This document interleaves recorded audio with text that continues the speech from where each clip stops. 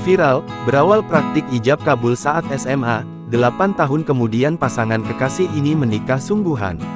Tengah beredar video yang memperlihatkan kisah cinta sepasang kekasih hingga menikah viral di media sosial.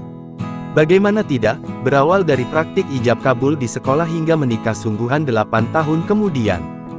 Video tersebut viral usai diunggah oleh akun TikTok @baybella dan hingga kini telah ditonton lebih dari 1,8 juta tayangan.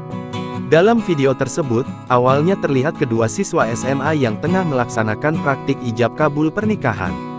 Terlihat, mereka dikelilingi siswa lainnya yang berperan sebagai saksi, penghulu, serta para penonton.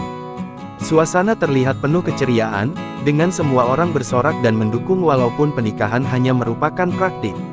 Tak disangka, praktik ijab kabul yang dilakukan pada tahun 2016 itu menjadi pernikahan yang nyata di tahun 2024.